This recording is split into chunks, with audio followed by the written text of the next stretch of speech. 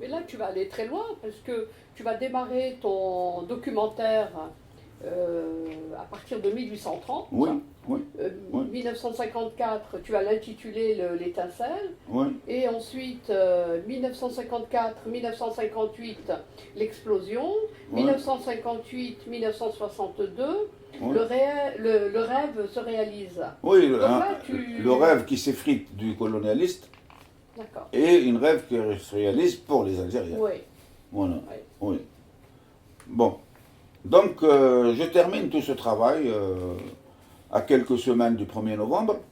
Donc je suis inscrit parmi tous les gens qui vont concourir, on va dire, entre... Mais voilà, le monsieur qui était chargé depuis toujours, enfin, on va dire toujours pour moi, puisque quand j'arrive, il est en place, il est là en place depuis des années, qui a la même mise sur tout ce qui est considéré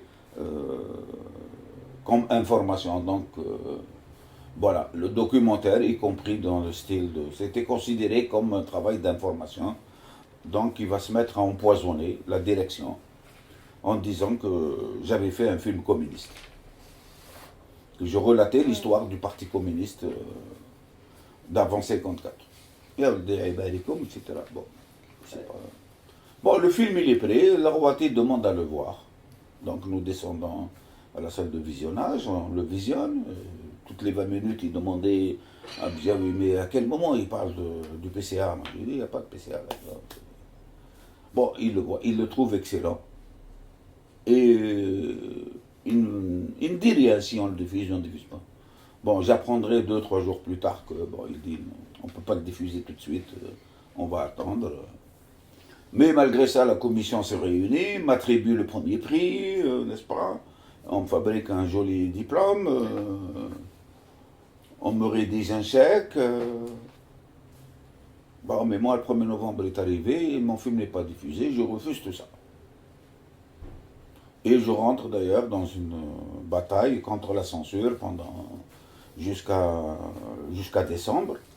Le 11 décembre, ils diffusent la deuxième et la troisième partie, à l'occasion du 11 décembre.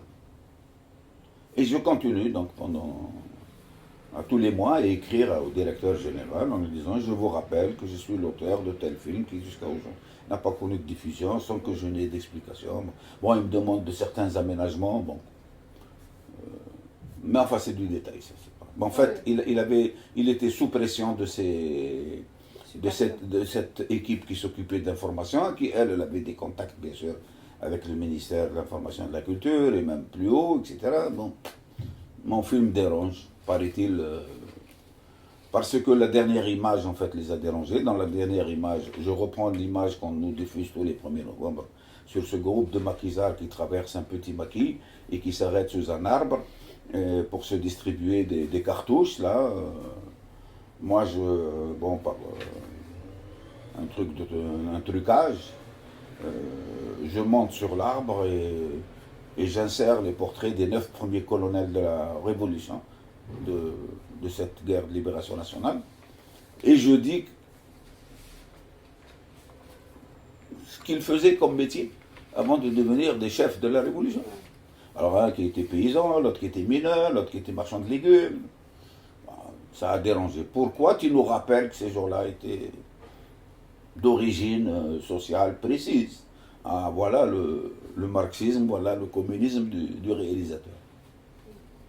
Je retiens que de ce très beau projet, ce triptyque, finalement, la première partie n'a jamais été diffusée. Non. Elle a même été détruite. Oui, par la suite, j'apprends qu'elle a été détruite. Oui. Ouais. Oui. Et que n'ont été diffusées que la deuxième et troisième partie. Oui, voilà. Absolument. Et jusqu'à maintenant, n'ont pas été rediffusées, malgré qu'un certain nombre de journalistes et même de réalisateurs se sont permis, c'est ça l'honnêteté intellectuelle, de prendre des extraits de ces films et de les utiliser dans d'autres films et dans d'autres reportages.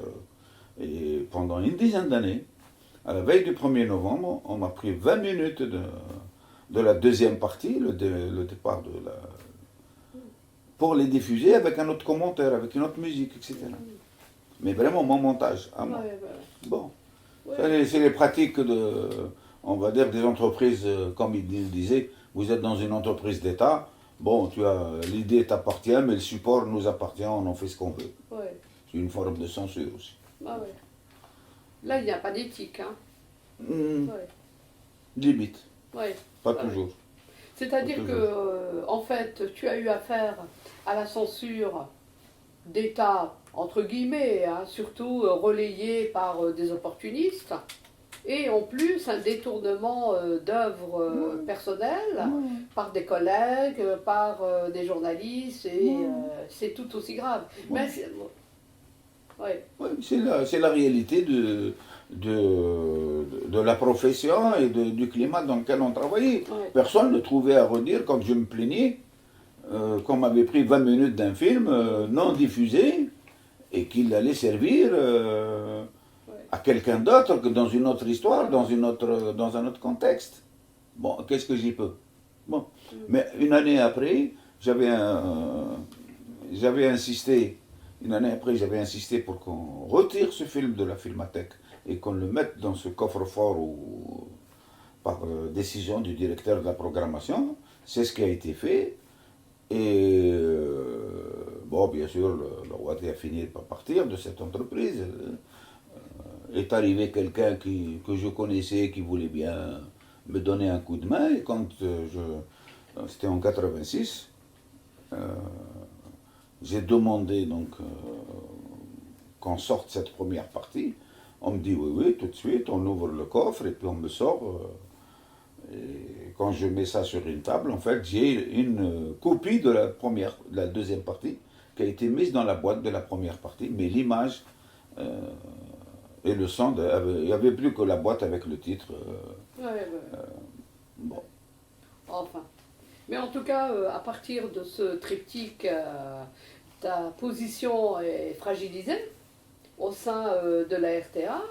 Non, pas encore. Pas encore. Non. Parce qu'après, je continue à travailler sur un certain nombre de pays. Donc 79, il venait d'y avoir, entre guillemets, la révolution islamique en Iran. Tout le monde était sur...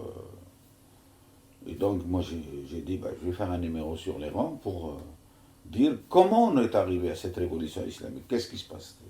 Donc, où je décris tout le régime du Shah, les luttes, effectivement, et comment, en fait, la chute du Shah est due à une coalition d'un certain nombre d'organisations politiques, notamment les syndicats, le Parti communiste iranien, une partie de l'armée qui a refusé de tirer sur le peuple, et, bon, bien sûr, les islamistes qui se revendiquaient de Khomeini, mais d'un tas d'autres courants autour de Khomeini, on en a fait une seule. Bon, donc, j'ai fait aussi un numéro sur le Chili. Oui, Chili 73, oui. Oui, l'époque de Pinochet. Et j'ai fait un numéro sur la situation néocoloniale de l'Afrique noire. Au mois de juin, donc de l'année d'après, on est déjà en 70, devait se tenir un sommet africain à Alger, où l'Algérie avait développé d'énormes efforts diplomatiques pour que les pays qui avaient l'habitude de voter pour le Maroc pour exclure la question sahraoui avaient promis au moins de s'abstenir. Bon, mais moi, ils voulaient un programme sur l'Afrique. Donc, on me dit, quand est-ce que tu finis? Je dis, allez, vas-y, le plus rapidement possible, il faut qu'on diffuse des films sur l'Afrique. Je dis, d'accord, voilà. Le lendemain matin, c'était le branle-bas de combat. Qu'est-ce que c'est que cette catastrophe, etc. Là aussi, personne ne l'avait vu, sauf Bijawi qui a trouvé rien à redire là-dessus. Et donc, l'ambassade de France va tirer les ficelles au prix d'un certain nombre d'ambassades, Cameroun, Sénégal, Côte d'Ivoire, etc., en leur disant, hier, la télévision algérienne a passé un film qui insulte vos présidents, etc., donc ils protestent, etc. Ça devient les affaires étrangères interviennent, demandent des sanctions contre moi, la Royauté demande d'avoir le film, etc.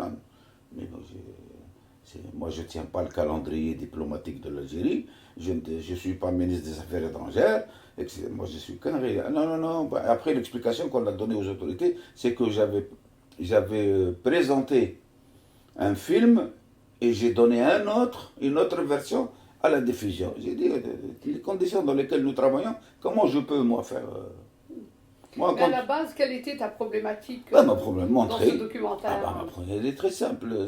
C'est montrer que ces États africains qui ont été indépendants, certains 2 ans avant nous, hein, en fait, vivaient une situation coloniale et que la France avait la même mise sur leur administration, sur leur sécurité, sur leur économie. Y compris tous ces... Par exemple, il y a une image qui a choqué les Sénégalais, un discours de Senghor sur la négritude, et à l'image, j'ai Senghor en redingote, etc., qui inaugure un British Consul, avec une soirée, n'est-ce pas, des tables à perte de vue, de la bouffe,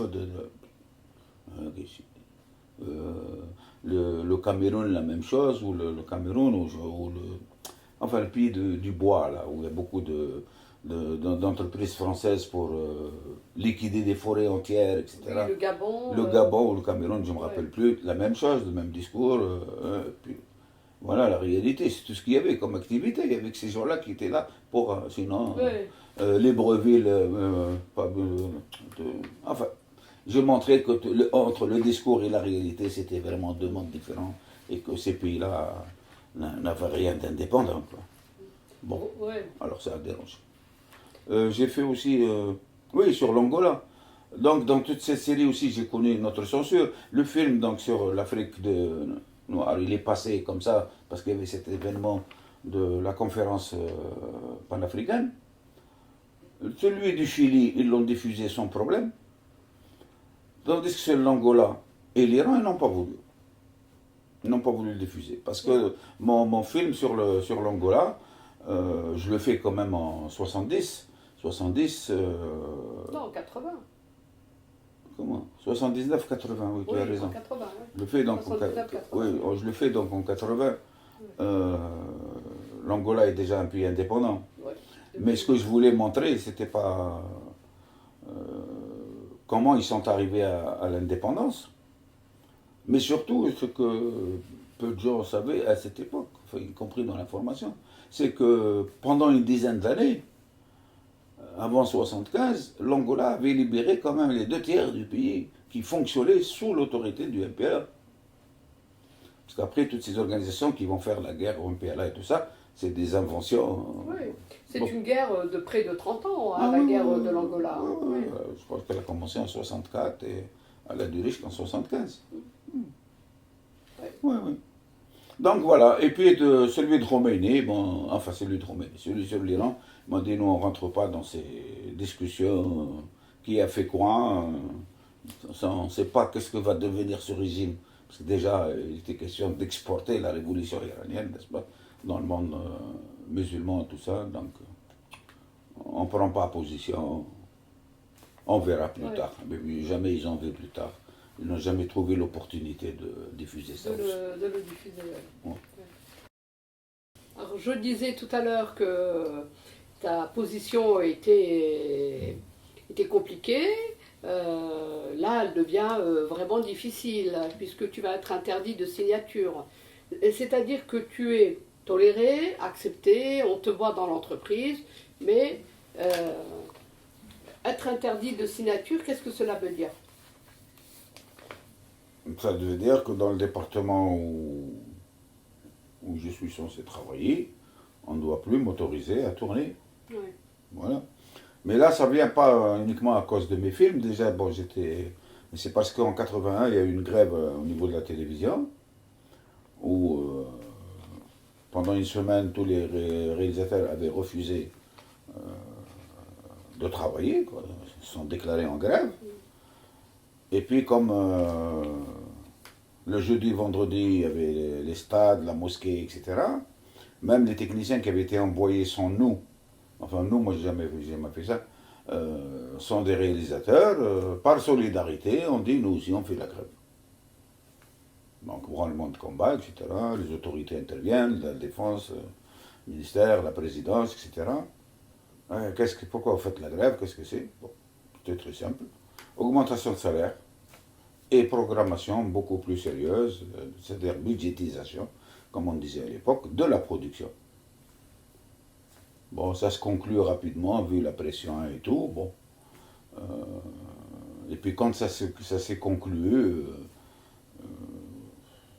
quelqu'un avait pris l'initiative, je pense que c'était le directeur de la RTA et puis d'autres éléments occultes dans l'affaire, voulait faire une déclaration à la presse comme quoi que la grève était terminée et qu'on avait fini par mettre la main sur un groupe de 7 réalisateurs qui étaient aux ordres de l'étranger, bon, comme c'était un texte qu'on avait ramené aux gens dans un arabe châtié, n'est-ce pas? La plupart de mes collègues n'avaient absolument rien compris. Je leur dis, écoutez les gars, bon d'accord, on a signé et tout, mais voilà ce qu'on est en train de dire de vous. Moi, ça ne me dérange pas. Je suis habitué. Mais vous, là, on vient de déclarer que vous étiez l'œil de Moscou. Oui. Ah, comment? Branlement de combat, bien sûr. Et l'officier de sécurité qui était là, envoyé par la présidence, bon, on prend cette déclaration, la déchire, il dit, bon, écoutez, nous, ce qui nous intéresse, l'accord, il n'y aura pas de communiqué, et ils sont bons. Donc, il n'y a pas de communiqué, mais on continue le débat. Comment on va mettre cet accord en place? Et bon, comme ça, la Rouati me dit, de toute façon, je demande la parole, il me dit, vous n'avez plus à parler. De toute façon, tant que je serai là, je ne veux plus voir votre nom sur un générique. C'est tout. Mais pourquoi? Je me dis, bon, c'est une question d'obédience. Moi, si vous avez mis ça dans la fiche de renseignement au moment du recrutement, je vous aurais dit, moi, j'ai rien à cacher. Vous savez qui j'étais le jour où vous avez accepté mon recrutement ici. Donc, bon, j'ai resté comme ça. Donc, j'étais plus ou moins interdit, on va dire. Hein, parce que, bon, Ouais. parce qu'après, avec le groupe de réalisateurs un peu subversifs qu'il y avait à l'époque, Meddour, Hadjaj, Begga, Bougarmoah,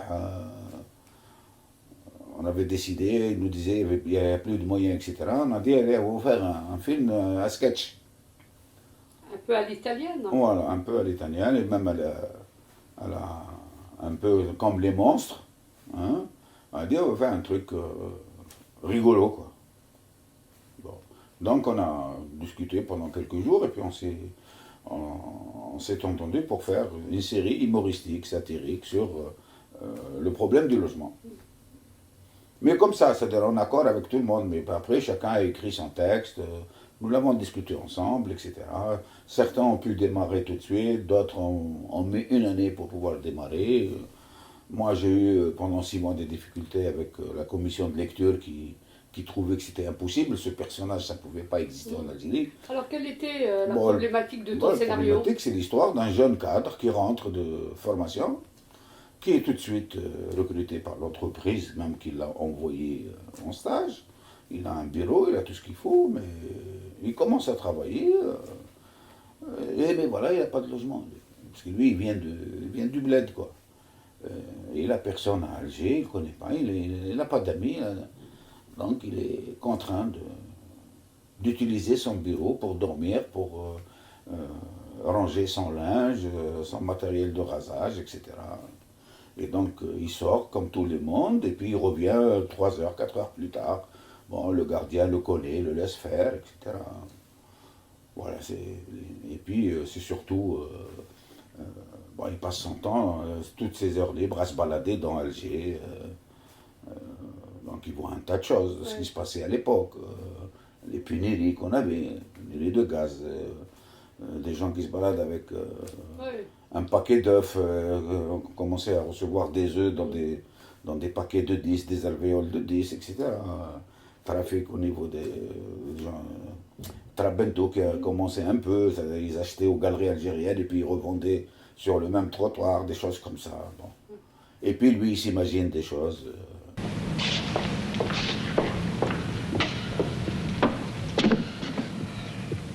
كي رجعت لهم واش تحب ندير لك؟ بصح كيما تفهمنا الشومبرا للنهار. هاي خذ المفتاح. صحة.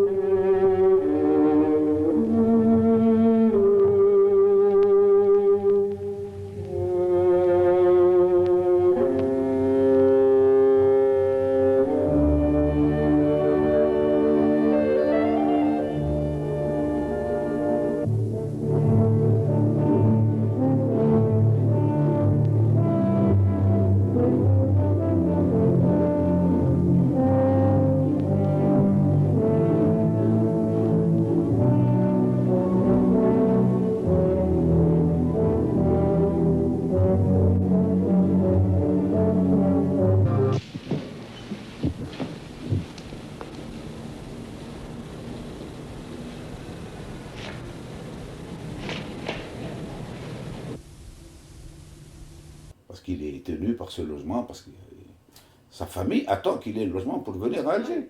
Ben voilà. Donc c'est l'histoire de ce jeune homme, de ce jeune cadre, sur 24 heures. Hein. Commence à 6 heures du matin, ça se termine à minuit, aux urgences de l'hôpital Mustapha. Et cette dénonciation que tu fais dans ce scénario, c'est une réalité. Absolument. Et en quoi Non, va-t-elle gêner la commission de lecture? Eh bien, ils pensaient que les gens qui composaient la commission de lecture, comme je t'ai dit toujours, c'est des conservateurs, c'est des gens qui ne veulent pas qu'il y ait des histoires. C'est pas la peine d'alimenter le mécontentement, n'est-ce pas, par un film, même si on rigole. Donc, ils me disaient, mais enfin, il y a d'autres solutions. Et il peut être hébergé par un parent, par un ami. Je dis, mais c'est ça toute l'histoire, c'est qu'il a rien de tout ça. Alors, comment il va se débrouiller? C'est ça ce que j'essaie de raconter en 24 heures. Bon, le film se termine. J'ai fini par obtenir la commission de lecture au bout de 6 mois. Ils finissent par mettre leur cachet là-dessus. Sans dire oui, ni non, ils mettent le cachet. D'habitude, ils mettent oui pour la radio, oui pour la télé, ou non. Et puis le cachet. Là, ils m'ont mis le cachet, c'était on va te débrouiller avec la production. Donc, il m'a laissé, malgré cet interdit.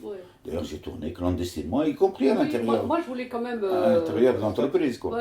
Je note que malgré l'interdiction de signature et donc de tournage, tu as eu quand même la solidarité de tes camarades, notamment les techniciens. Ah oui, non, la solidarité... Oui, parce que je me dis qu'il faudrait aussi lui rendre hommage. Oui, absolument. Non, mais la solidarité, moi, tu sais, après la grève de 81, je suis devenu très célèbre. Hein, et puis mon activité syndicale, etc., y compris à la télévision, oui, ça ne posait aucun problème. Les techniciens étaient d'accord. Les réalisateurs n'avaient même pas besoin de l'exprimer. Je savais que, notamment le groupe de 11 réalisateurs dans ce projet de la clé épileptique, était acquis, quoi. Ils ne comprenaient pas, il n'y avait aucune raison. En tout cas, quand tu auras terminé le tournage et que tu vas vouloir qu'il soit diffusé, je crois qu'il ne le sera pas dans l'immédiat. Non, là, oui, c'est ça, cette histoire de 10 ans. Donc en 82, quand il passe en commission de discipline, en commission de visionnage, on me dit non. Non, parce qu'ils ont entendu dire que la Rouati ne voulait pas de ce film. Lui, son argument, c'est que je devais uniquement changer de titre. Le titre initial s'appelait Tekiya Sadi, qui est une expression populaire pour dire, entre autres, le jour où les poules auront des dents, tu auras ton logement. Quoi. Voilà. Lui, il m'a dit que c'était vulgaire. Je lui ai dit, quand même, c'est pas vulgaire. Vous êtes de Bellecour, vous avez vécu à la Casbah, vous savez que c'était pas une expression. Enfin, bon, c'était très simple. Moi, je suis rentré à la maison, j'ai ouvert le dictionnaire, j'ai mis mon doigt, je suis tombé sur le mot labyrinthe en arabe. J'ai dit, ça va s'appeler labyrinthe, parce que lui, il passait effectivement son temps à monter et à descendre les rues et les escaliers de l'Alger. Très bien. Mais malgré ça, il est resté. Celui-là, ils ne l'ont pas détruit. Celui-là, ils l'ont gardé bien au chaud dans cette armoire des films censurés. Mais comment on fait pour tenir? Je veux dire, tu es censuré, tu es malmené, on t'interdit de signature, de tournage, tu es persona non grata et tu restes. Oui. Parce que la télévision nous appartenait autant qu'à ce directeur général. C'était un bien public. C'est une télévision publique, financée par les comment ça s'appelle, la redevance, qui n'était même plus une redevance, puisqu'elle était directement prélevée sur la facture d'électricité. Que tu aies une télévision ou pas, d'ailleurs. Mais en tant qu'artiste, ta fierté pouvait être mise à mal. C'est pas un problème de fierté, non. Moi, je suis par du principe que un artiste doit continuer à travailler, doit produire, quelles que soient les conditions, même si ces films sont censés. Un jour viendra, bon, s'ils ne sont pas détruits sauvagement, comme l'ont fait certaines personnes, enfin, responsables au niveau de la télé, et bien voilà, 10 ans après ce processus dit démocratique de libéralisation des partis politiques, etc. Je t'ai dit, une collègue fait une émission à la télévision pour parler de 20 ans de censure. Ça s'appelait d'ailleurs l'histoire des ciseaux. Et je passe bien, c'est pas grave, en dernier, c'est pas grave, la dernière émission, où on projette ce film-là. Et tous les autres réalisateurs dont les films avaient été censurés et qui sont passés pendant 6 mois avant moi, sont invités donc à un débat général. Alors c'est encore mieux. Et personne ne vient, il n'y a que moi et l'animatrice. Et ils se posent la question, qu'est-ce qu'on fait? Au début d'émission, on pensait que les gens, pendant que le film passait, faisait quand même 52 minutes au début, je ne sais pas pourquoi maintenant il fait 48, 45. On attendait qu'ils arrivent, et ben voilà, le film se termine, la présentatrice continue à me poser 2, 3 petites questions, en attendant, ils ne viennent pas, qu'est-ce qu'on fait? Bon, avec leurs oreillettes, je ne sais pas quoi, ils disent, allez, on fait le débat avec Crémeau. J'ai dit, moi je suis prêt. Et j'ai tchatché comme ça à la télévision algérienne pendant 2 heures, tout seul. Ouais. Et alors j'en ai raconté des histoires, comment se passe la production, comment se prennent les décisions, comment s'exercer la censure, enfin comme on est en train de discuter. Et j'ai parlé de tous les films censurés, d'avant, et le pourquoi, et le comment, et des miens, et de ceux des collègues, etc. Et et puis bon, bien sûr, ce qui est marrant, c'est qu'à l'époque, à la mode, il était à la mode de parler du droit à l'image, n'est-ce pas? Certains étaient bien branchés sur la Tour Eiffel. Donc j'ai dit, qu'est-ce que c'est que cette histoire? Qu'est-ce que c'est que cette histoire de droit à l'image? Il n'y a pas de problème de droit à l'image en Algérie. Nous, notre image, on la paye à l'avance. Et j'avais effectivement une facture d'électricité, je la sors. Je demande au caméraman d'approcher, je lui dis, filme bien cette ligne. J'ai dit, c'est pas un problème d'argent. Regarde, cette ligne-là, nous on sait, par notre travail syndical avec les camarades syndicalistes de la Sonelgaz, que l'année dernière, puisque les comptes n'ont pas été faits pour l'année 92, donc, la ristourne de ce prélèvement, c'est 120 milliards de centimes par an. Alors que tout le budget de la culture en Algérie, les théâtres, les maisons d'édition, les cinémas, les maisons de culture, enfin, il commençait à en avoir quelques-unes, la musique, tout, c'est à peine 60 milliards de centimes. Donc déjà, voilà, on nous vole la moitié de notre budget. Ils nous disent qu'il n'y a pas d'argent pour faire des films. Si, il y en a de l'argent pour faire beaucoup de choses. Ouais. Ça a été d'ailleurs un branle-bas de combat puis après, parce que ça n'a pas plu au ministre de l'époque. Bon. Ouais. Mais enfin, moi je trouve formidable de ne pas avoir d'amertume, de ne pas avoir de découragement, puisque tu vas encore... Je vais te donner un exemple. Ouais. Medievkin, grand réalisateur soviétique, d'ailleurs c'est lui qui va inventer le genre documentaire d'archives. Il a vécu 30 ans sous Staline. Et il n'a plus revu aucun de ses films. Mais tous les 3-4 ans, il faisait un film. Quand Staline a disparu, les soviétiques ont pu voir ses films. Et lui, il revendiquait ce statut. Il disait, je continue, il ne faut pas que je perde la main, il faut que je continue à faire des films. C'est-à-dire, de façon indirecte, Staline n'est pas éternel. Voilà. Oui, enfin, enfin, c'est vrai que... Forman a fait la même chose, il a fait beaucoup de films, et comment il s'appelle l'autre, celui qui a fait... l'autre, le Polonais, là, comment il s'appelle qui est passé à Hollywood et qui a fait Mozart.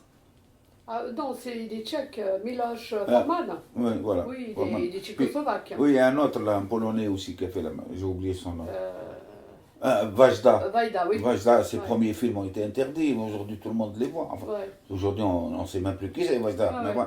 bon, à l'époque, bon, voilà. Non, en Amérique Ouais. latine, la même chose.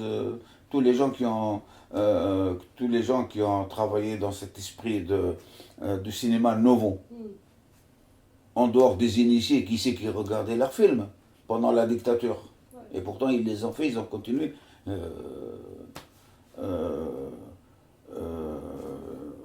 Salinas, qui a fait le film de La Horas de los Hornos. Ouais. Il a continué C'est à faire des l'Argentin, films. je crois, non Hein? C'est l'Argentin. C'est un Argentin, oui, mais je crois qu'il vivait au Brésil. Ouais. Il a passé 20 ans ici en France à se battre pour faire un film jusqu'à ce qu'il soit mort. En tout cas. Non, dans le domaine de l'art, on ne sait jamais ce que peuvent devenir. Si on a quelque chose à dire, si on est sincère, si on est crédible dans ce qu'on veut dire, hein, dans ce qu'on veut faire, il ne faut jamais s'arrêter. Quel que soit le vis-à-vis, quel que soit le régime. Ouais. Regarde ce qu'a fait, comment il s'appelle déjà, le Turc Oui, Gunaz, celui qui a fait Yol. Oui, c'est Gueret, je crois. Enfin, On trouvera son nom parce que Ouais. j'ai cherché ses films récemment. ouais. Le réalisateur de Yol, oui. Ouais. Bah, il a même tourné en envoyant des directives à ses assistants alors qu'il était en prison. Non, il parle. Oui, oui, oui. Mais enfin, toi, tu Sans avais parler eu un parcours, de. Pardon? tu avais eu un parcours quand même très dur, quand même. La torture, Bof, la torture. les Encore. ennuis à chaque fois. Enfin, tu as résisté. Bah, il fallait bien résister. résisté. Oui, on a Voilà. résisté. Et parce- d'ailleurs, pour en revenir à ta production, effectivement, tu vas te remettre vaillamment au travail. Et curieusement, alors que tu n'aimes pas du tout le shabi, Non, c'est pas que je n'aime pas. J'étais oh, pas quand un même, fan de quand même. Chabi. Tu as été élevé à d'autres sources musicales. Oui, oui, mais Chabi, je voyais à la télé, j'écoutais Oui. à la radio, mais je courais pas derrière tous les récitals de l'Anqa, dans les mariages ou dans les salles ou non. Enfin, toujours est-il que cette musique emblématique d'Alger, Mm. tu vas te mettre en tête de consacrer un documentaire au chanteur que tu viens de citer, Haj El Anqa. Mm. Qu'est-ce qui te décide à le faire? Bon, comme pour beaucoup d'autres histoires que j'ai racontées, ou que bon, comme je suis dans une période où je lis beaucoup, je farfouille chez les bouquinistes, y compris les gens qui vendent des bouquins sur les trottoirs, devant les marchés, tout ça. Un jour, je tombe sur un livre, venait de sortir d'ailleurs, bon, mal fabriqué, mais enfin, d'un journaliste de Al-Moudjahid qui était dans la page sportive, lui, je crois. Et qui était, alors lui, c'était vraiment un fan de l'Anqa, qui l'a connu, qui l'a suivi un peu partout, etc. Et il écrit donc une biographie de l'Anqa qui a été éditée par la maison du livre au début de la rue Bemedi et qui parle de. Bon, moi, par curiosité, je lis, j'achète le livre, je le lis, et puis à un moment donné, je suis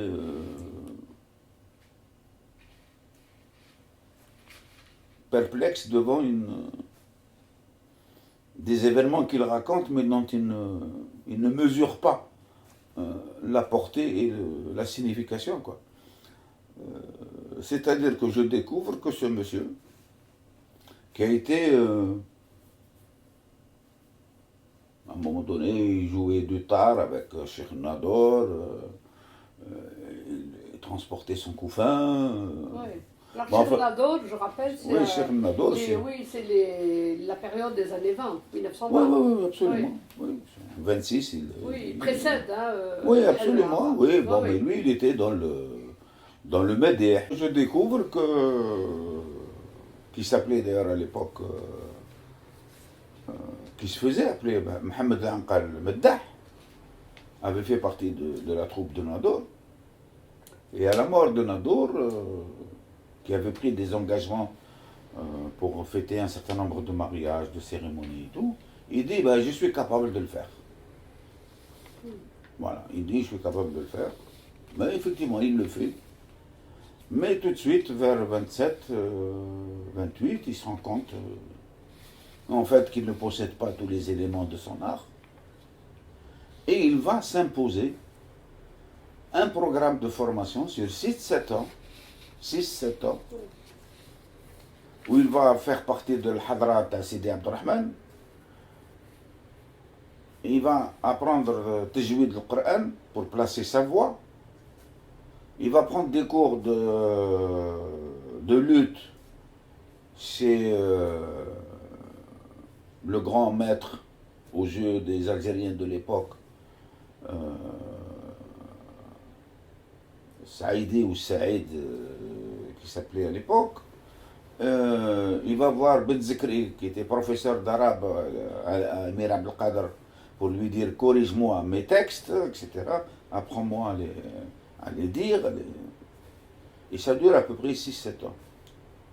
Entre-temps, en 28, il fait un premier enregistrement, il monte à Paris, il fait chez Pathé 10 disques, 45 tours, 78 tours en fait, de l'époque, où pour la première fois, il apparaît comme ça, comme Cheikh Mohamed Anqa, El Meddah. Parce que pour rentrer dans les maisons à l'époque, bon, il fallait quand même. Mais il comprend que. Il sent que cette musique va être dépassée. Parce que là, nous rentrons dans le salariat en Algérie. Donc, les gens habitent en ville, beaucoup de gens quittent, notamment de Kabylie, quittent leur maison, leur artisanat. La vie devient plus rapide, n'est-ce pas? Le transport. Et ils sentent qu'il y a une nécessité de proposer une musique plus légère. C'est ce qu'il dira d'ailleurs 30 ans plus tard, en disant moi, tout ce que j'ai fait, أنا الموسيقى اللي صبتها قبلي زدت لها خانة. Ma touche personnelle, ça a été de rendre le mouvement un peu plus léger, un peu plus rapide. Mais il n'y a pas que ça, bien sûr. Donc, je propose de faire un film sur lui. Lui, il est mort déjà. Il sera mort en 79, décembre 79.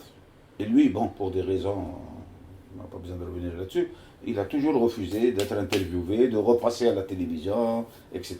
Oui, pourquoi d'ailleurs? Il a eu un conflit avec la télévision en 64. L'administration a exigé de la troupe musicale de la télévision qu'il travaille 8 heures par jour, qu'il pointe à 8 heures du matin, etc. Il leur a dit, moi,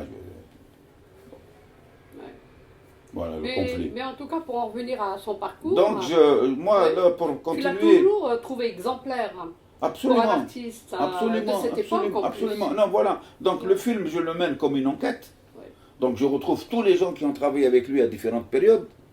Y compris la veuve de Nador, d'ailleurs. Oui, Nador, je commence par elle. Je Ouais. vais la voir, je lui dis voilà. Elle me dit oui, il est venu, il m'a demandé à tenir le khazna. Bon. C'est une anecdote, bon, ça n'a pas plu un peu aux fans de l'Anqa, à ses enfants, mais c'était pas un problème, ça c'est un détail.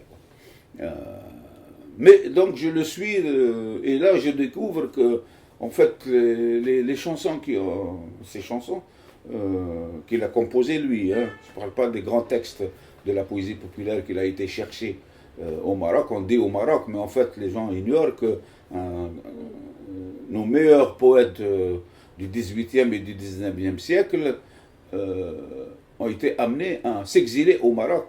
Et donc on retrouve leurs textes là-bas, qui sont chantés aussi par les chanteurs populaires là-bas, sous d'autres formes musicales. Et donc je mène une enquête, et là je découvre qu'un certain nombre de chansons correspondent vraiment à une expérience vécue, que ce soit du voyage là qu'il fait sur un bateau pour travailler, pas pour aller, bon on dira après ça al-Hajj, à la Kulli Hal, parce qu'il a été jusqu'à la Mecque, mais il a été pour s'occuper d'intendance sur le bateau, pour faire un peu d'animation, etc. Il écrit un très beau poème sur ce voyage vers la tombe du prophète, etc., qui s'appelle Mendoza, parce que le bateau sur lequel ils sont partis s'appelait tout simplement le Mendoza, mais qui est un tout autre sujet. Quand il revient en 32-33 en France pour enregistrer encore une série d'autres disques, il découvre la situation des travailleurs émigrés, etc. Il écrit d'ailleurs cette chanson très belle, c'est le Ghorba Saïba, etc. Et puis je constate que pour les autres chansons, chaque fois il y a un événement dans la société, qui arrive aux Algériens, ou qui lui arrive à lui d'ailleurs, déception amoureuse. Nous avons donc l'Ahmam al-Liwalifto, Voilà. Donc il met en place progressivement tous les éléments de son art. Et bon, on va dire que dans les fins des années 40, il est installé dans ce courant dont il est le précurseur, mais qui va connaître un développement extraordinaire dans toute l'Algérie, qui s'appelle le chabi, c'est-à-dire la chanson populaire, le populaire. Mais ça ne lui suffit pas, parce qu'après, il est très ouvert sur toutes les musiques du monde, tous les artistes importants de France, par exemple, qui viennent donner un récital à Alger, même les groupes de jazz, etc. Il va les voir, il assiste. Mais après, bon, il va perfectionner à chaque fois, il ajoute des choses, il ajoute des choses. Bon, il va aussi développer ce qu'on appelle chez lui, ce que Bachir Hajali avait raison de qualifier de irtijal, c'est-à-dire de l'improvisation. C'est-à-dire quand il sent que le public fonctionne, qu'il est en... Comment on dit, en osmose. Voilà, en osmose avec le public, que lui, il est bien dans son travail. كما يقولوا يسكر من كلامه. Donc voilà, il fait des improvisations extraordinaires, y compris les textes que les gens connaissent, mais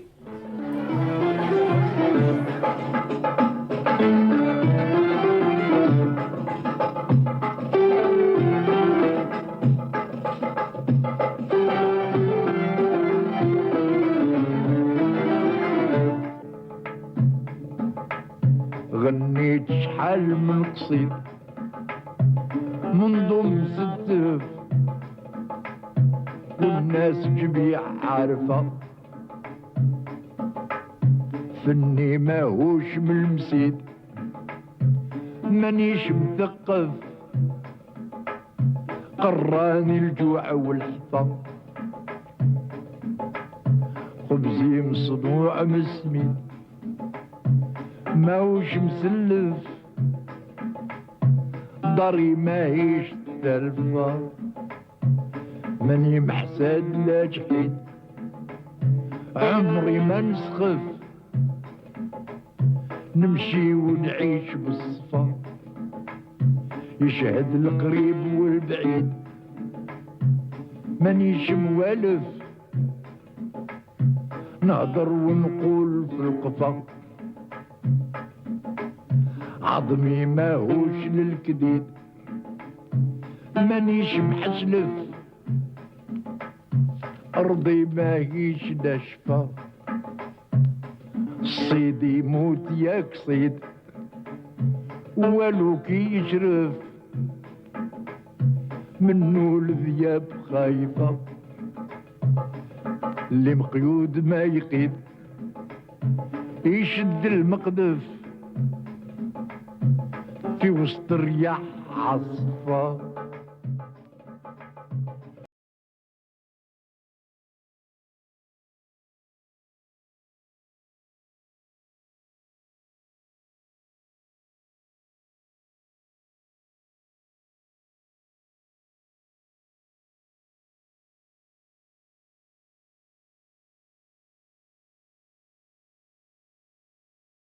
أيها الإخوة الأعزاء، لحقوني عدة من رسائل وطلبوني اللي باش نبلغ راهم في قصيد اللي راكم تحبوه الكل وتسمعوا به تعرفوا من قديم الزمان، وهو يوم الجمعة خرجوا ريام.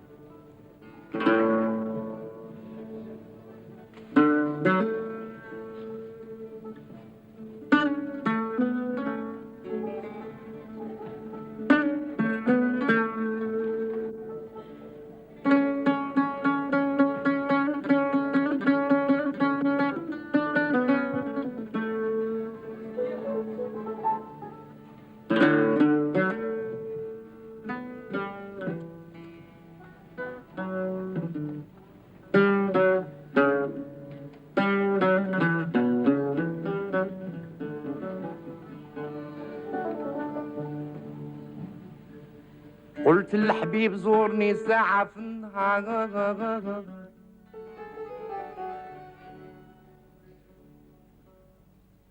قلت لحبيبي زورني ساعة في النهار،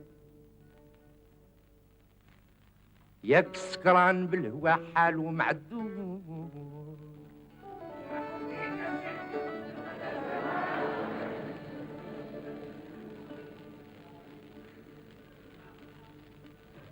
قلت للحبيب زورني ساعة في النهار،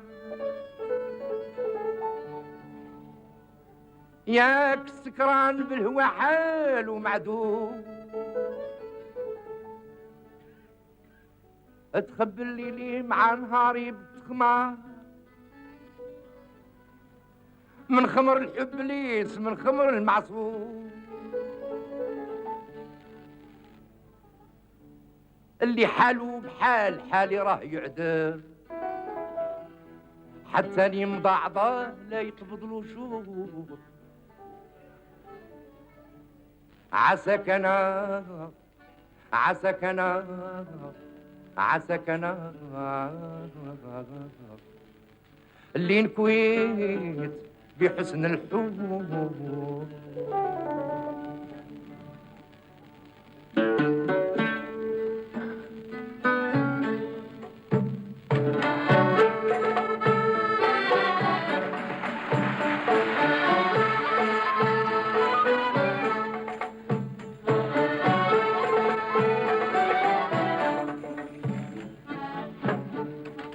يوم الجمعة خرجوا ليا، يوم الجمعة خرجوا ليا، طعنوني من ضيق اللسان، طعنوني من ضيق اللسان، بغضوني سلبوني تيهوني صدوا خلاوني، نكمد لي عاد الجراح يحسن عون اللي عشيق، مثلي مجروح بلا حسان، انا نكويت من النيام، انا نكويت من النيام. يوم لقيت الخودات في حوازل مخفية ميزوا عليا، في الحين تبعتهم وانا كان الدمم للعوارم حتى صدوا ونخلوني مرفولي جوار.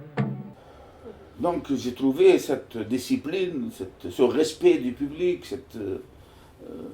vraiment il donnait de son art, de sa personne, pour très, très strict, très sérieux, parlons pas de sa vie personnelle, ça c'est notre problème, mais dans le domaine de son... C'était vraiment... Par exemple, quand il s'est mis à avoir des élèves à partir de 58, conservatoire, et même un peu 3 ou 4 ans après l'indépendance, il ne supportait pas qu'un de ses élèves, parce qu'il les faisait passer de temps en temps à la télé, il ne supportait pas qu'ils viennent avec un cahier. Ça, c'était le crime impardonnable. Et lui, jusqu'à la fin, il passait la journée avant un concert à réapprendre ses textes. Rien que le texte, pas la musique. La musique, ça y est, elle est dans sa... Elle est dans sa mémoire, il n'y a pas de problème. Voilà. Et il a participé en 64 au train culturel. Il y avait un train culturel qui a été organisé par Boudia, qui était à l'époque responsable du TNA et puis d'autres activités culturelles, où on a sillonné partout où pouvait passer un chemin de fer, toutes les villes, ils s'arrêtaient, ils donnaient des récitals, il y avait les cinébus, il y avait le cinéma, il y avait les peintres, c'était vraiment extraordinaire. Mais même avant l'indépendance, durant la guerre, enfin la guerre d'indépendance, il a été très présent sur le territoire national. Non, pas sur le territoire national, non, il ne pouvait pas. Mais par exemple, c'est posé pour moi, non, parce qu'en fait, au lieu de faire un film, j'en ai fait 7 de 52 minutes. Ouais. Et donc j'arrive à 54 en racontant sa vie. Alors qu'est-ce qu'il a fait ce monsieur entre 54 et 62? Tout le monde disait, oh, il n'a rien fait. Et comment il a fait? Ben, on va chercher. Et je cherche effectivement. Je trouve premièrement 2 chansons en kabyle, dont une qui s'appelait Ammé Azizem, mon fils, oh mon fils chéri. Donc il parle de quelqu'un qui a disparu dans le maquis. À cette époque, comment pouvait-on disparaître dans le maquis si on n'était pas maquisard? Et puis même en 58, il fait un récital à la salle Pierre-Borde, où il va chanter à nouveau, mais de façon vraiment explicite cette fois-ci, Youm el-Jama'a kharjou l'Riyam, qu'il avait déjà chanté fin des années 40, dans les mariages, Mais là, il s'explique, c'est-à-dire qu'il introduit la chanson en disant aux gens وصلتني من عندكم عدة رسائل, j'ai reçu beaucoup de courriers de vous, salam alaikum ya al-khawa. C'est-à-dire, pour dire le mot le khawa à cette époque au public. Oui, frère. Frère, voilà, Oui. on était tous frères pendant la guerre de libération nationale, n'est-ce pas? Et il la chante de façon distincte, c'est-à-dire, bon, il y a des modes dans le shabi qui font, bon, si tu connais pas le texte, tu comprends pas. Là, il s'arrange pour bien prononcer tous les mots, tout le truc. Et il est, bon, moi, quand je l'ai monté là, et puis j'ai interviewé des gens qui l'ont connu à cette époque, etc. Donc, je force un peu le trait et je dis, voilà, sa contribution. Par exemple, c'était clair, il disait à la France, aux Français, voilà, nous sommes un peuple différent de vous. Nous avons notre religion, nous avons notre culture, nous avons nos traditions. Voilà ce que c'est une belle femme, voilà ce que c'est une belle robe, voilà ce que c'est un beau bijou, voilà ce que c'est le mtarah, le zarabi. Nous sommes un autre, nous n'avons rien à voir avec vous. Et il termine encore par dire merci al-Khawa. Merci, bqaw ala khair, al-Khawa. Bon, donc c'était. Pour terminer sur l'Anqa, donc je le termine, ce film, de cette série, donc en 84. Entre-temps, j'avais écrit un texte pour passer à la commission, parce qu'il fallait cette formalité qui va finir par me donner l'accord, quoiqu'au début il résiste un peu, disons, c'est l'Anqa, c'est vulgaire. Pour certains de la commission de lecture, ils avaient trouvé que c'était vulgaire. Bon, donc il est vrai, il va à la commission de visionnage, mais comme j'ai soulevé cette question du conflit qu'il y a eu en 64 entre l'ANPA et la direction de la télévision de l'époque, et que c'est un responsable qui était au ministère, c'est lui qui a écrit d'ailleurs le dernier poème de l'ANPA, Subhanallah Yaltif, qui est considéré comme un poème testamentaire, quoi. On a encore raconte un peu sa vie, son enfance, l'Algérie indépendante, etc.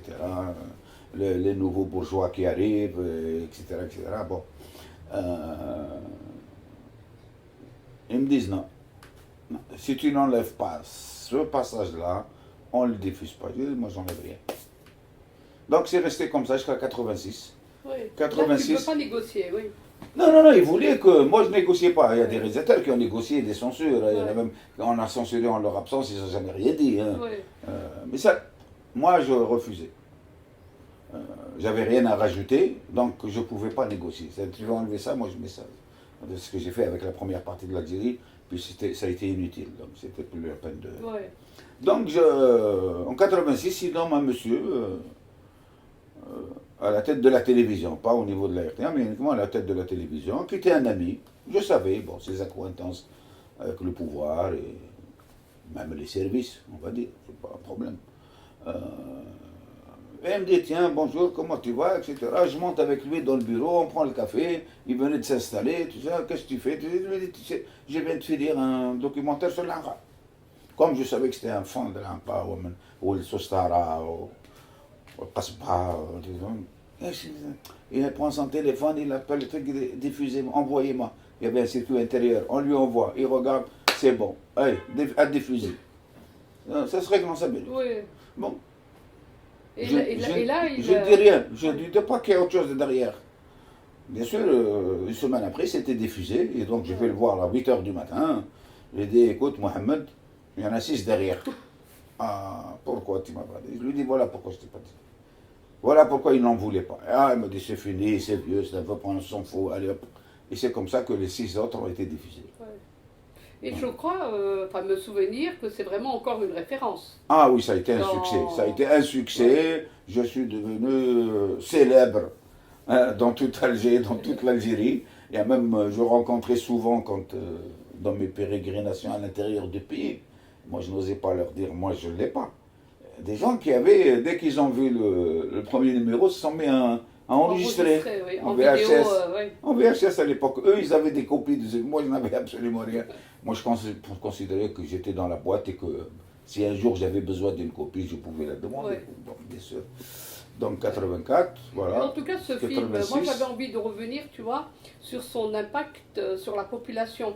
Il a été vraiment vu par la population. Ah oui, absolument. Alors, absolument, ouais. absolument, absolument. Il a été vu voilà, pour les fans, les trucs, parce que j'ai parlé de tout. Hein, ses élèves, Ouais. je les ai montrés un par un, je Ouais. les ai réunis. J'ai même fait des comparaisons pour leur dire les Matsid, comme vous avez oublié beaucoup de choses. Oui, oui, oui. Bon, ça leur a pas plu, mais enfin. Mais moi, ce qui m'avait frappé, si tu veux, c'est que, bon, au niveau de la population, ce film a été très très bien reçu.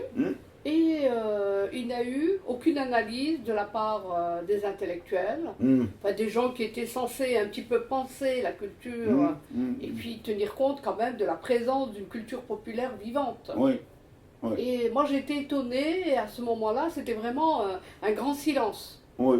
On avait l'impression, je crois que tu me l'avais dit à un certain moment, que ces intellectuels, ben, finalement, ne regardaient pas la télévision, Non, ne regardaient oui. pas ce que pouvait regarder le peuple. Absolument. Non, mais c'est ça le problème. Pour Ouais. les intellectuels, tout ça c'était de la sous-culture. Oui, Hein. En plus de la sous-culture, bien que parmi eux, je connais un grand nombre qui étaient des fans de l'Anka. Oui.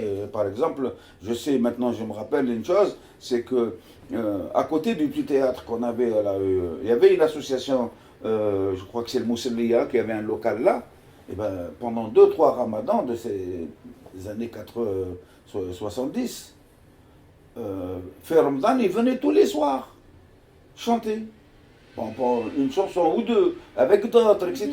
Le café était plein d'intellectuels, notamment ceux qui fréquentaient la cinémathèque. ah ouais. Mais c'était chouïa zaou, un Voilà. peu de.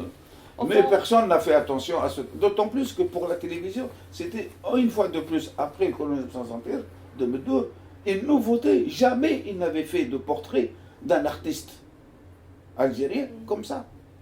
C'est-à-dire, y compris des contradictoires. Par exemple, je te donne un exemple. Momo, tu connais Momo, tu connais sa violence verbale, etc. Alors quand je vais, lui, il a fréquenté dans les années 50 l'Anqa, ils se sont disputés. Quand je vais l'interviewer pour lui dire l'Anqa, il dit ah, encore, tu vas me parler de je ne sais pas quel mot il utilise. Je lui dis, si tu as le courage, tu me le dis à l'écran, à l'image.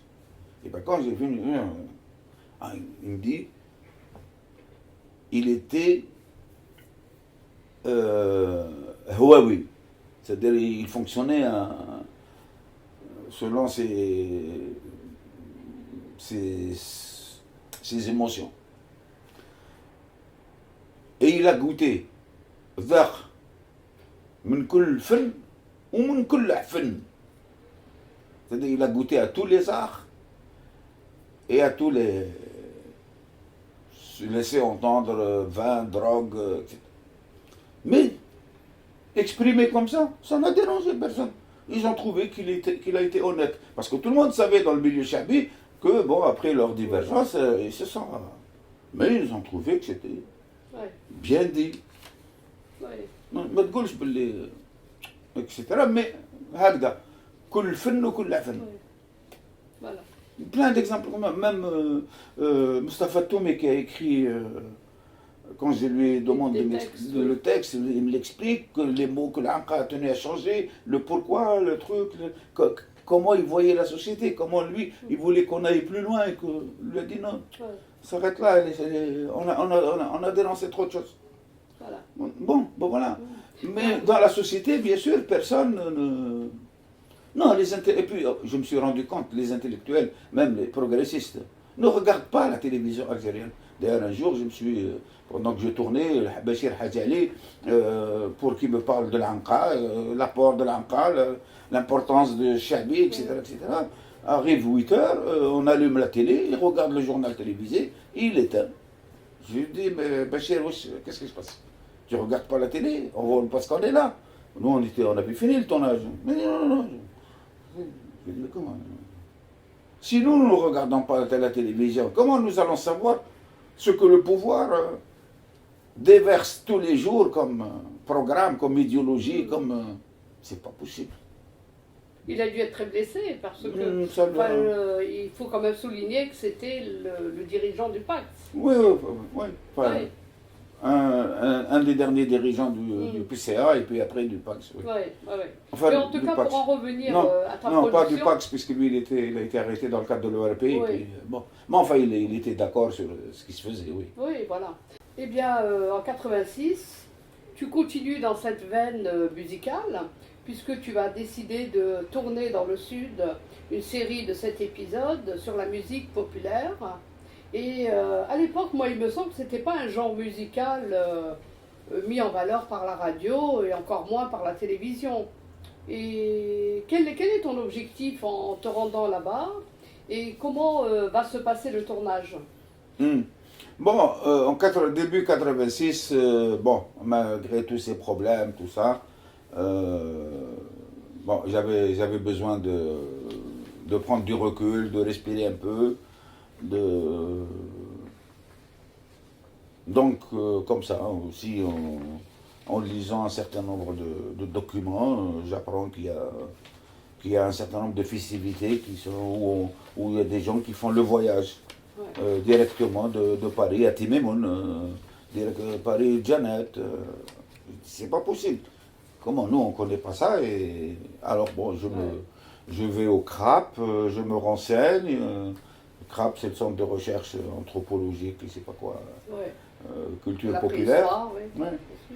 Donc je tombe sur des gens qui m'indiquent un certain nombre de pistes. Donc, après avoir lu quelques revues, quelques articles, bon, tracé quelques pistes avec les gens du CRAP, là aussi à Alger se vendait un disque qui a été fait par l'UNESCO sur la Hagar, le Hogar et la Hagar, où il y a de la Halil et puis du Tindi. Je trouve que c'est vraiment très intéressant. Donc j'obtiens cette possibilité de partir 6 mois dans le sud. Je prends avec moi une équipe, tous sont d'accord pour s'éloigner d'Alger 6 mois. J'ai dit, comme bon, on prend les frais de mission pour 1 mois, et j'ai dit, bon, vous donnerez une adresse où vous nous envoyez le reste. J'avais pris des cartons de pellicules, de bandes de sang. J'avais même 2 caméras à ce moment-là. Et puis, bon, je commence par le Goléa, le Mnéa. On est bien reçus, etc. Là, il n'y avait pas de... Vas-y, pousse. Donc, je commence par le Mnéa. Là, il n'y avait pas de Moussem spécial. Mais enfin, les gens étaient, pour des raisons, bon, on n'a pas le temps de s'expliquer. Ils vont participer. En fait, il y a trois types de population. Chacune voudra faire mieux que l'autre. Moi, je voudrais quand même souligner que lorsque tu as tourné, tu as vraiment tourné dans des conditions réelles. Oui, mais Voilà. j'arrivais à ça. Voilà, Mais tu n'as pas payé de troupes, c'est vraiment... Non, après l'expression musicale le réelle. Mnéa, je comprends que je vais mal travailler. Donc je fais un premier tour. Timimoun, Adrar, Taman Rasset, Ain Salah, Janet, et je ramasse les dates des fêtes réelles, les fêtes où eux sont. D'ailleurs, quand je leur dis, on avait laissé tout le matériel à Adrar, je reviens dans 2 mois, dans 3 mois, avec une équipe, avec de l'éclairage. Je dis non, il n'est pas question d'allumer des projecteurs pendant que nous on fait le Moussem Tana, quoi. La fameuse cérémonie autour d'un saint, etc. Oui, ta caméra, tu peux l'utiliser, mais pas de... Donc je discute, je vois un peu le circuit, surtout Timemoun, Taman Rasset et Adrar, et Janet. Bon, je comprends qu'ils seront tellement pris par leur fête et par leur rite et leur danse et vont même plus s'occuper de moi, et ce qui se passera réellement. Donc je suis le Moussem, le Mouloud Fiti Memoun. Je rentre dans les maisons, je monte sur les terrasses, je croise les hommes et les femmes et ça pose aucun problème. On installe nos projecteurs et puis on travaille la journée. Je rentre au milieu des pèlerins, si on peut appeler ça comme ça. S'occupe même pas de toi, ils ne savent même pas si tu es là ou pas. Donc j'ai filmé donc, surtout le Moussim, la Sihar, ta Mraset, Sbiba, ta Janet. Vraiment, malheureusement, après j'apprendrai que cette année 86, ça a été à peu près la dernière où ils ont pu tenir leur cérémonie selon les normes et leur canon à eux. Hein, et que, bon, après, les musiciens, les vieux sont morts, les jeunes qui les ont remplacés, peut-être pas aussi. Donc, je fais tout ça. Je tourne beaucoup dans la région de Timimoun et Adrar pour visiter des petits qsor. Et où il y a aussi des formes musicales différentes de la Halil. Parfois, ce qui m'a étonné, par exemple, le village de Qsar de Bouddha, ils ont des danses mixtes, hommes et femmes. Bon. Après, je m'éloigne même dans l'ergue orientale, jusqu'à presque aux frontières du Maroc, pour visiter un Qsar où il n'y avait pas de route. Il fallait qu'on loue des chameaux, tout ça pour le matériel. On a marché 6 heures à pied, tout ça. Un village qui s'appelle Tarouzi, où on fait un genre d'île intérieure, etc., etc. Donc je reviens vraiment avec. Je fais la Bête de Cheikh aussi, le Moussim, dans la Bête de Cheikh, alors ça c'est vraiment. C'est les 10 commandements, quoi. C'est des foules de partout, des tentes, des hommes, des femmes, un mélange extraordinaire, à la fois païen et religieux. C'est terrible. Et donc, au bout de 6 mois, je reviens avec tout ce matériel et je commence à monter partout. Bon, je monte assez vite parce que, bon, les morceaux de musique, c'était pas compliqué.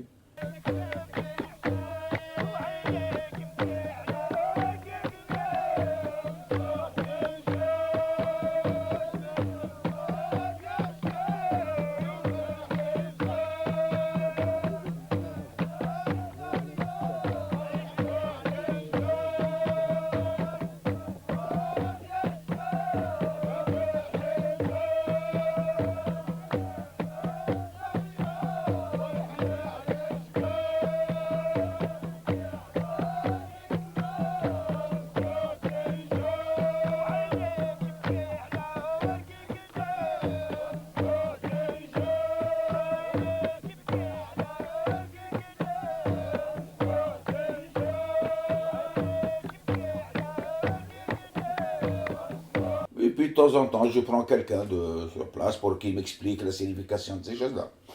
Bon.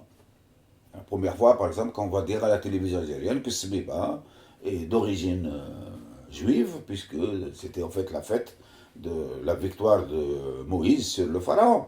Bon, mais quand l'islam rentre en Algérie, il transforme ça en Mawlid Nabawi. Ouais. Pour eux, c'est la naissance du prophète, etc. Donc, il faisait semblant de se battre. Mais on continue, vraiment c'est du théâtre, hein, parce que la préparation des costumes, tout ça, les deux clans, les femmes qui encouragent les jeunes de leur clan, etc. C'était vraiment extraordinaire. Bon.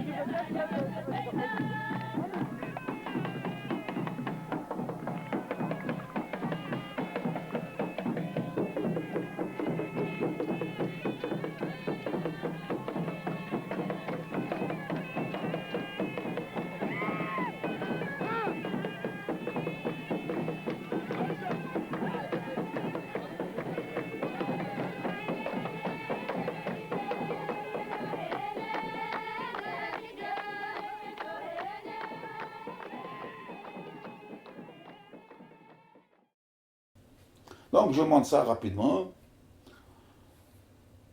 Ça me prend une année à peu près.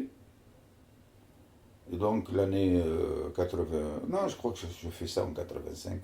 Enfin, on part en vacances et il commence la diffusion. Et puis quelqu'un va, parce qu'il n'a pas aimé ça, va m'inverser les bobines. C'est-à-dire il prend la bobine 2, il la met dans la boîte 2 avec le son de la bobine 1, etc. Catastrophe. On regarde ça, on était au camping à Gigel. Et bon, Heshmin Nordin, qui a été mon assistant sur cette série-là, intervient au niveau de la télé, on stoppe tout.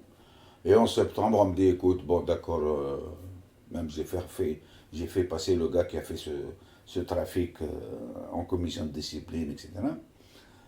Parce que j'ai prouvé que c'était son écriture et non plus la mienne, sur les starts de départ. Bon, ben, et après ils me disent, bon c'est trop lent, alors on divise ça. On divise ça, chaque morceau devient 2 morceaux, donc 14 parties, bon, qui vont être diffusées très tard le soir.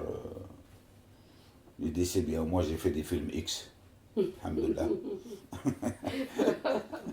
Voilà, donc sans problème. Ouais. Bon. Mais là, c'est pire que la censure quand même. Oui, bien sûr, mais personne n'a ressenti ça comme ça. Quand je protestais, les gens me regardaient. Pourquoi tu protestes? C'est rien du tout. Voilà, à la limite, ils ont pris ça pour une émission de variété, quoi.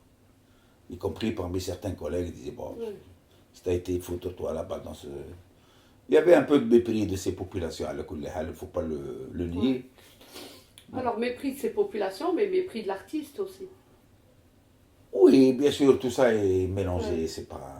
Je veux dire, c'est pas conscient, c'est pas... Ça les dérangeait qu'on dise que ces gens-là font quand même partie du peuple algérien et que cette culture nous appartient aussi, que nous sommes aussi dimension berbère, dimension africaine, etc. Bon, ça... Tu étais quand même parti pour faire aussi un travail de... enfin, évidemment de mémoire, puisque toute cette culture a été filmée. Oui, mais j'ai pas filmé que ça. Ouais. Par exemple, j'ai filmé les champs du travail. Donc, que ce soit chez les hommes ou chez les femmes. Pour une fois, on m'a laissé filmer leurs femmes en train de tirer de l'eau du puits pour arroser un petit lopin de terre. Hein. C'était pas l'eau qu'elles ramassaient pour la ramener à la maison. Non, c'était pour j'ai filmé beaucoup l'architecture, en faisant parler les gens, pourquoi ça, pourquoi ceci, pourquoi cette truc. Sur certaines, par exemple, à Timamoun, il y avait encore l'étoile de David, mais bien qu'on sait que les Juifs ont été éloignés ou massacrés, ou je sais, l'histoire n'est pas claire, avec un intégriste de l'époque qui s'appelait Abdelkrim el-Maghili, qui a vraiment islamisé le Sud, et même le Mali plus tard, un peu plus loin. Bon. Mais, enfin, c'était pas pour les gens qui avaient un pouvoir de décision au niveau de la télévision. Je ne parle pas de Bjaoui, mais je parle des gens de la programmation, des gens de la direction, les gens de la commission de lecture, tout ça. Pour eux, c'était pas normal qu'on aille. Alors qu'aujourd'hui, moi, c'est ça qui me fait mal au cœur. Aujourd'hui, on ne voit presque que ça à la télévision algérienne, et notamment Canal+, ou la chaîne 3 télévision. Oui, Canal Algérie, tu veux dire. Canal Algérie La chaîne 3. La chaîne 3 de la télévision. Oui. Pourquoi? Parce que bon, ça coûte rien, on envoie une équipe, on lui dit, allez, va filmer, ramène-nous de Karkabo, de Jdeb, de Rdeh, sans aucune explication, sans aucun, presque pas de commentaire. Ouais. C'est passé comme ça pour boucher en fait des trous. C'est du folklore. C'est-à-dire ils ont réduit ça dans le folklore dans le sens péjoratif. Bon, Ouais. tant pis. Et là, tu vas continuer à écrire. Et je crois Oui, qu'en même temps- pendant cette année-là, Ouais. 75, 85, 86, c'est passé la même histoire qu'avec l'Anqa. C'est-à-dire que je trouve chez un bouquiniste un petit livre, enfin un petit fascicule, qui a été écrit par un prisonnier de Jnei-el-Bourz, qui a fait, lui, 39-42, et qui a intitulé d'ailleurs La vraie histoire de Jnei-el-Bourz. Donc ça m'intéresse. Tu peux situer Bon, Jnei-el-Bourz, c'est au sud de El Safran. Ouais. qui était C'est-à-dire à un- l'ouest. 80 km sud-est, sud-ouest de l'Algérie, qui était une caserne de légionnaires. Donc je trouve l'histoire intéressante, d'autant plus que le monsieur, il a eu l'intelligence d'inscrire les noms, il fait un tableau complet de tous les gens qui ont séjourné à Jnine-Boursk entre 39 et janvier 43. Septembre 39, janvier 43, tous les noms. Bien sûr, j'en connaissais quelques-uns, qui étaient des camarades. Et je savais qu'il y avait beaucoup d'autres qui y étaient, quoi. Par exemple, le poète du camp, c'était un type qui était à l'époque dans l'association des Ulama et qui se retrouve là, et qui était au moment où j'écris le scénario, il était fonctionnaire au ministère des Affaires religieuses, par exemple, Ouais. etc. Certains étaient encore des cadres. Yahyaoui, par exemple, c'est un autre Yahyaoui, hein, pas celui Oui. était commissaire politique à Blida, etc. Ouais.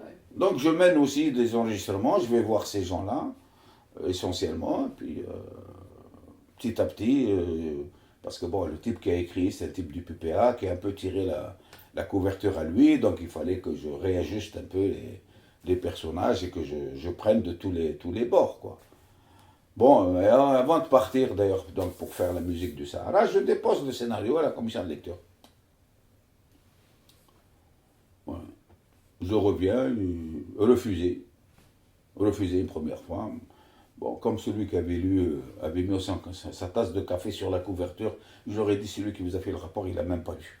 Si pour lire, il ne peut pas mettre sa tasse de café. Alors je demande une lecture.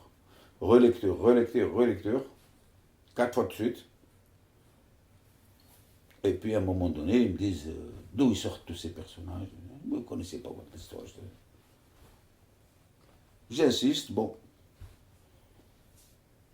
Ils finissent par me donner l'accord. Au début 87. Début 87, ils me donnent le OK pour. Mais l'année 87, il va y avoir des changements. C'est l'année de la restructuration de la RTA, qui va être diffusée officiellement en 3, mais on va retrouver 4 entreprises au journal officiel,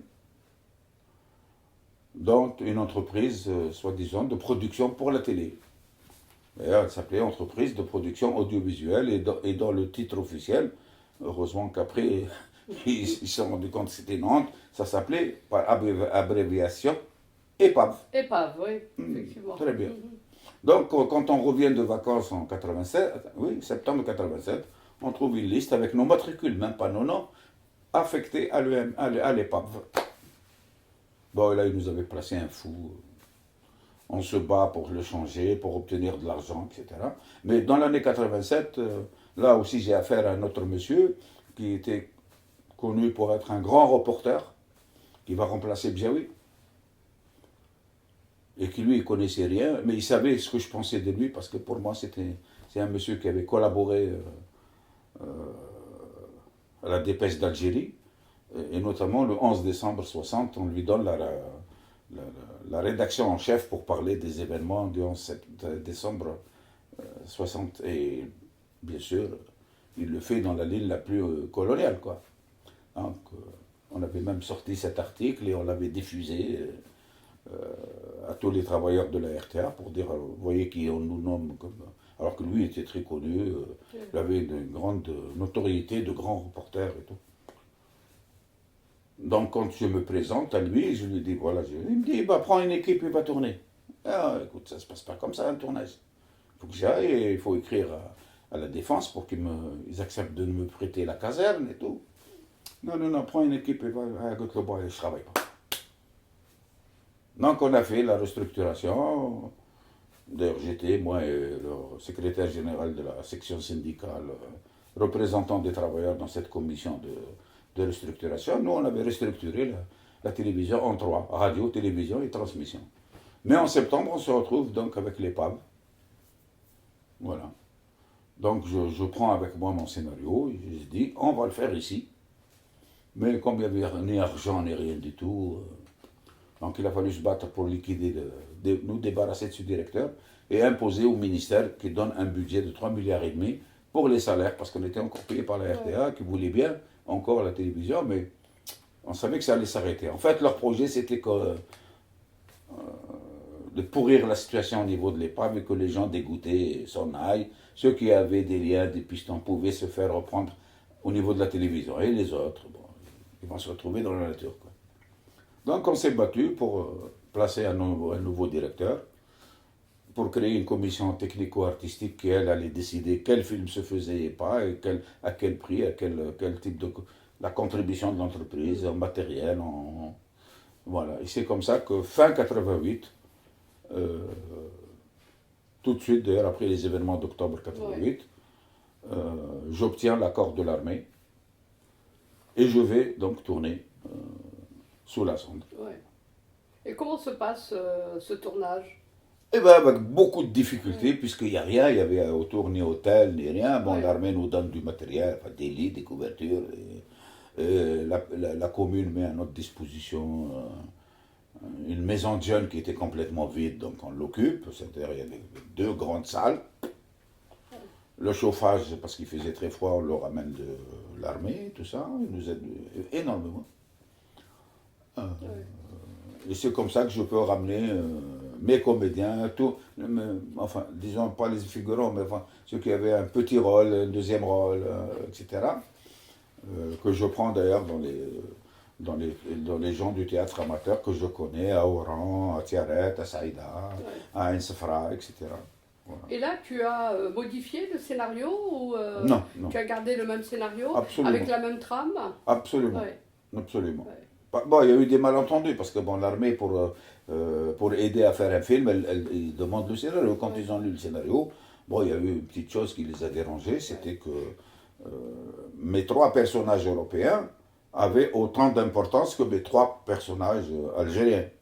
Parce que bon, l'histoire tourne autour de 9 personnes à peu près, et puis tous les autres. Mais enfin, il y avait 9 premiers rôles, quoi.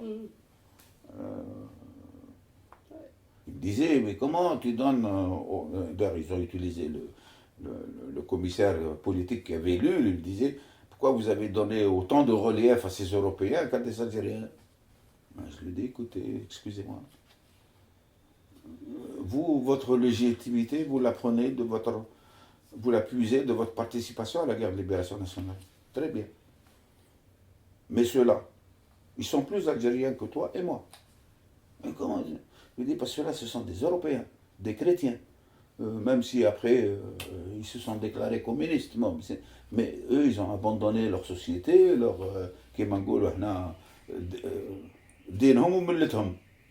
Et ils ont... Écoute-le, en plus, j'ai gardé ces 3 personnages.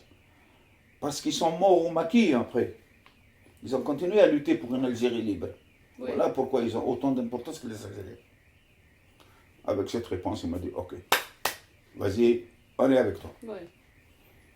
Et donc c'est un tournage qui va se passer en combien de temps? 8 semaines. 2 mois, 8 semaines. 4 semaines en décembre et 4 semaines en janvier. Et quand tu auras terminé, est-ce que Ah non, je ne vais pas terminer, j'ai terminé le tournage. Ouais. Et voilà encore une autre forme de censure.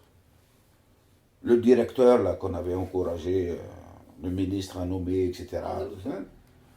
Pendant 1 an et demi, il ne me donne pas de table de montage. Ouais. Ce qui fait que je n'ai monté le film que à partir de septembre 91. Ouais. Voilà. Parce qu'il avait reçu des ordres ou Non, parce qu'il non, avait non, décidé non. de lui-même? Non, il y avait on ne s'entendait pas parce que je jouais un rôle dans cette commission technico-artistique, dans la section syndicale, Ouais. dans les choix qu'il faisait pour certaines coproductions, etc. Ouais. Bon, donc bon, c'est vrai que les tables de montage, on n'en avait pas beaucoup, on en avait 3 ou 4, hein, elles étaient occupées. Mais enfin, je pense que quand on dépense de l'argent pour un long métrage, on doit être capable de dégager les moyens pour le montage du film, quoi. Bon, c'est venu 1 an et demi après. Bon, j'ai mis 4 mois pour le montage, quand même. Et puis bon, après, j'ai eu quelques problèmes techniques pour pouvoir le post synchroniser, enfin, des problèmes techniques. Enfin, le film, il est fin prêt. Fin septembre 91. Donc, je demande le traitement comme les autres, c'est-à-dire que l'entreprise s'occupe de la diffusion. On avait un département qui, soi-disant, était chargé de prendre en charge les diffusions. Ça traîne, ça traîne, ça traîne. Bon, on me sort 5 copies du film comme tous les autres, mais je me rends compte que mes copies sont plus ou moins sabotées à l'intérieur. Donc, voilà. Nous sommes à Jnane-Bourg, toute l'équipe, les comédiens. Mais je vais travailler dans des conditions très difficiles parce que on va dire que il y a une équipe très réduite, hein, d'une quinzaine de techniciens. Euh, non, une vingtaine, une vingtaine. Et la plupart, c'était des stagiaires. Ils n'ont jamais participé à une équipe de tournage. Euh, et puis ils m'ont envoyé beaucoup de gens qui venaient d'être recrutés.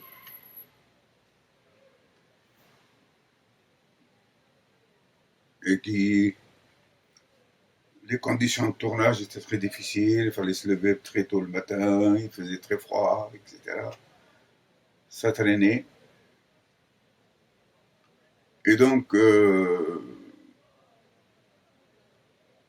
j'ai commencé à filmer un certain nombre de séquences, de plans, mais je voyais que on n'arriverait pas à tourner tout le scénario en 8 semaines, quoi. Donc, en plus, j'avais un problème technique important, vu le, vu le, les moyens techniques réduits. C'est-à-dire que quand je commençais une séquence, il fallait absolument la terminer. Parce que si on fait couper, rouler, et que la séquence n'était pas terminée, je savais que j'aurais des problèmes de raccord de lumière si je continuais le lendemain la même séquence, etc. D'ailleurs, les techniciens se sont amusés à dire appeler le film la séquence 43. Pourquoi? Parce que cette séquence nous a pris un jour et toute une nuit jusqu'à l'aube. On a commencé à 10 heures du matin et on a fini à 8 heures du matin le lendemain. Parce qu'il était impossible de couper le courant et de revenir continuer, etc. Donc, en une journée et demie, on a fait une quarantaine de plans pour qu'on reste en accord au niveau de la lumière. Ça a été très épuisant. Bien sûr, c'est une scène de rassemblement. On va la voir